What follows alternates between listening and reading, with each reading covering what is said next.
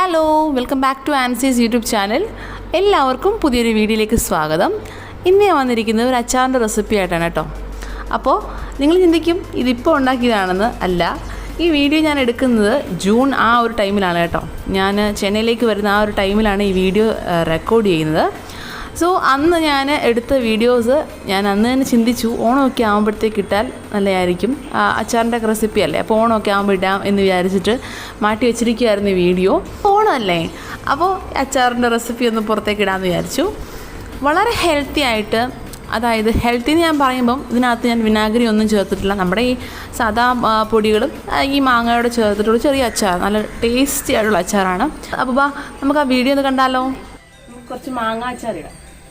അപ്പം നമ്മുടെ മാവിൽ ആദ്യമായിട്ടാണ് കേട്ടോ കുറച്ച് മാങ്ങ കായ്ച്ചേക്കുന്നത്. കഴിഞ്ഞ പ്രാവശ്യമൊക്കെ ഒന്നോ രണ്ടൊക്കെ കിട്ടിയിട്ടുള്ളൂ. അപ്പം നമുക്ക് മാങ്ങയെന്ന് പറിച്ചാലോ.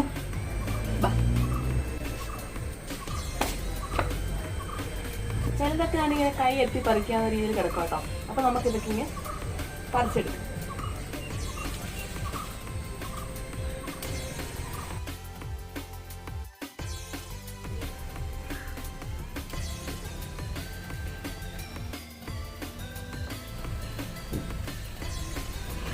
കുറച്ച് ഉയരത്തിലുണ്ട് കേട്ടോ, നമുക്ക് തോട്ടി വെച്ചിട്ട് പറിച്ചെടുക്കാം.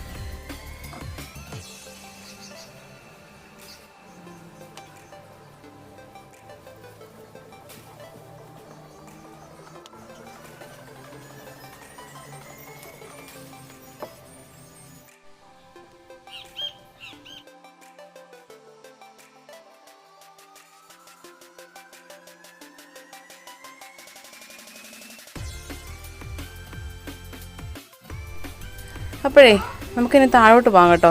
കാരണം മാങ്ങയെല്ലാം പറിച്ച് കഴിഞ്ഞിട്ടുണ്ട്. അപ്പോൾ താഴോട്ടാണ് വീണെടുക്കുന്നത് കേട്ടോ. മാങ്ങയൊക്കെ താഴെ വീണെടുപ്പുണ്ട്. നമുക്കിത് പോയി ഇനി എടുക്കാം. ഇതൊക്കെ മുളകും തൈയാണ് കേട്ടോ. ഇതാ നമ്മുടെ മാങ്ങ.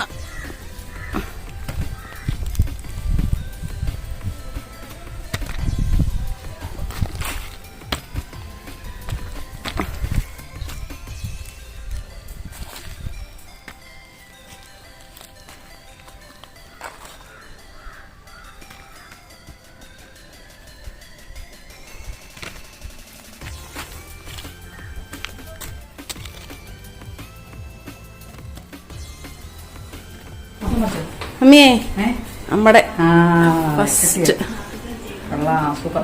കഴിഞ്ഞ പ്രാവശ്യവും ഒരു അനങ്ങിയ പ്രാവശ്യം ഒന്നേ ഉള്ളായിരുന്നു. കഴിഞ്ഞ പ്രാവശ്യം 2. ഈ പ്രാവശ്യം ഇത്ര നന്നല്ലോ. Thank you God. ഇനി നമുക്ക് മാങ്ങ ഒന്ന് കട്ട് ചെയ്തെടുക്കാം. എന്നിട്ട് നമുക്ക് അച്ചാർ ഉണ്ടാക്കാനുള്ള പരിപാടി തുടങ്ങാം. അപ്പോൾ ആദ്യം ഞാനാണ് അതിൻ്റെ ആ ഒരു മുകൾ ഭാഗം ഇനി ജസ്റ്റ് ഒന്ന് കട്ട് ചെയ്ത് നോക്കിയിട്ടുണ്ടായിരുന്നു. അതിന് തൊലി ഒന്ന് ജസ്റ്റ് ചെത്തി, കാരണം അതൊന്ന് വിളഞ്ഞതാണോ അറിയാനായിട്ട്. ചിലതൊക്കെ നന്നായിട്ട് വിളഞ്ഞതായിരുന്നു, ചിലത് വിളയാനായിട്ട് തുടങ്ങിയിട്ടുണ്ടായിരുന്നു.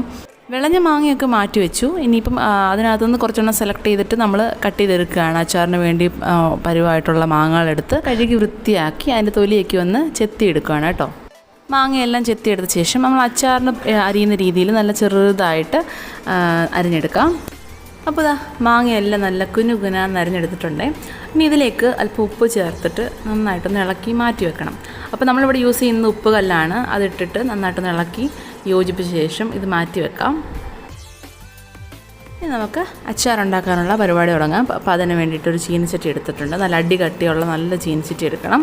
ചീനച്ചട്ടി നന്നായിട്ട് ചൂടാകുമ്പോൾ അച്ചാറുണ്ടാക്കാൻ ആവശ്യമായിട്ടുള്ള വെളിച്ചെണ്ണ ഒഴിച്ച് കൊടുക്കാം. വെളിച്ചെണ്ണ ചൂടായി വരുമ്പോഴത്തേക്ക് അതിലേക്ക് ആവശ്യത്തിന് കടുകിട്ട് നമുക്ക് പൊട്ടിച്ചെടുക്കാം. കടുക് പൊട്ടി കഴിയുമ്പോൾ അതിലേക്ക് നമുക്ക് ആവശ്യത്തിന് വെളുത്തുള്ളിയും ഇഞ്ചിയും കൂടി ഇട്ട് കൊടുക്കാം. അപ്പോൾ നമ്മൾ എടുത്തേക്കുന്ന മാങ്ങയുടെ അനുസരിച്ചിട്ട് നമുക്ക് വെളുത്തുള്ളിയുടെ ഇഞ്ചിയുടെ അളവൊക്കെ നോക്കാം കേട്ടോ. കൂടുതൽ വേണ്ട കൂടുതൽ യൂസ് ചെയ്യാം, കുറവ് യൂസ് ചെയ്യാം. ഒന്നും അധികമായി പോകരുത്, അത്രേ ഉള്ളൂ. അമൃതം വിഷമാണ്. ഓക്കെ, അപ്പോൾ അത് ചെറുതായിട്ടൊന്ന് മൂത്ത് വരുമ്പോഴത്തേക്ക് അതിലേക്ക് പച്ചമുളകും കറിവേപ്പിലൂടാണ് ഇട്ട് കൊടുക്കുന്നത്.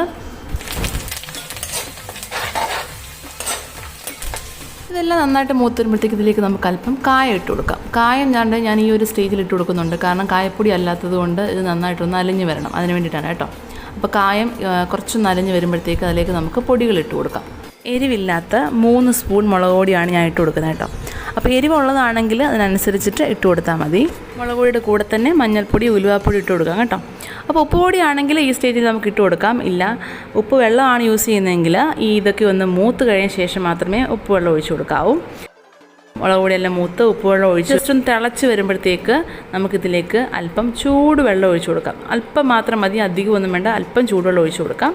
ചൂടുവെള്ളം ഒഴിച്ചു കൊടുത്ത് നന്നായിട്ട് തിളച്ച് ആ വെള്ളം കുറച്ചൊന്ന് വറ്റി ആ വെളിച്ചെണ്ണയൊക്കെ ഒന്ന് ഇങ്ങനെ തെളിഞ്ഞ് വരുന്ന സമയത്ത് നമുക്ക് അരിഞ്ഞു വെച്ചിരിക്കുന്ന മാങ്ങ അതിലേക്ക് ഇട്ട് കൊടുക്കാം. ഇതാ മാങ്ങയിൽ നിന്ന് വെള്ളമൊക്കെ ഊറി വന്നിട്ടുണ്ട്. ഈ വെള്ളം നമ്മൾ ഇതിലേക്ക് ഒഴിക്കത്തില്ല, നമ്മൾ മാങ്ങ മാത്രമേ ഇട്ട് കൊടുക്കത്തുള്ളൂ.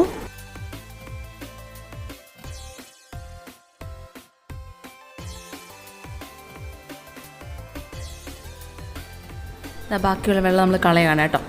ഇനി നന്നായിട്ട് നമ്മുടെ മാങ്ങ നന്നായിട്ടൊന്ന് മിക്സ് ചെയ്ത് കൊടുക്കാം. ആ ഒരു അരപ്പ് നമ്മുടെ മാങ്ങയുടെ എല്ലാ ഭാഗത്തും ഒന്ന് പിടിക്കുന്ന രീതിയിൽ നല്ല വൃത്തിയായിട്ടൊന്ന് ഇളക്കി കൊടുക്കാം. ഉപ്പ് നോക്കിയപ്പോഴത്തേക്ക് അല്പം കുറവായിരുന്നു കേട്ടോ. അപ്പം ആവശ്യത്തിന് ഉപ്പ് കുറച്ചുകൂടി ഒന്ന് ആഡ് ചെയ്ത് കൊടുത്തിട്ടുണ്ട്.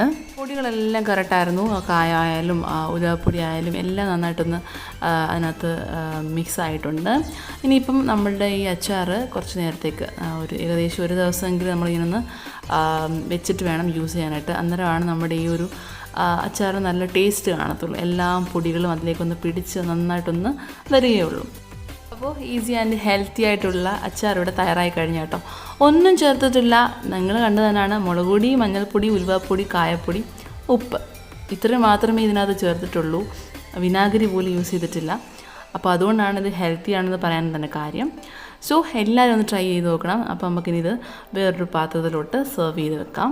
തണുത്ത് കഴിയുമ്പോഴത്തേക്ക് വേറൊരു ബോർഡിലോട്ടാക്കി എത്ര നാൾ വേണമെങ്കിലും നമുക്ക് യൂസ് ചെയ്യാം കേട്ടോ. അപ്പോൾ ഇന്നത്തെ വീഡിയോ ഇത്രയേ ഉള്ളൂ. ഇഷ്ടപ്പെട്ടെങ്കിൽ ലൈക്ക് ചെയ്യുക, ഷെയർ ചെയ്യുക, നിങ്ങളുടെ അഭിപ്രായങ്ങൾ കമൻറ്റ് ചെയ്യുക. അടുത്തൊരു വീഡിയോയുമായി കാണുന്നവരെ bye. Thank you for watching. എല്ലാവർക്കും ഹൃദയം നിറഞ്ഞ ഓണാശംസകൾ.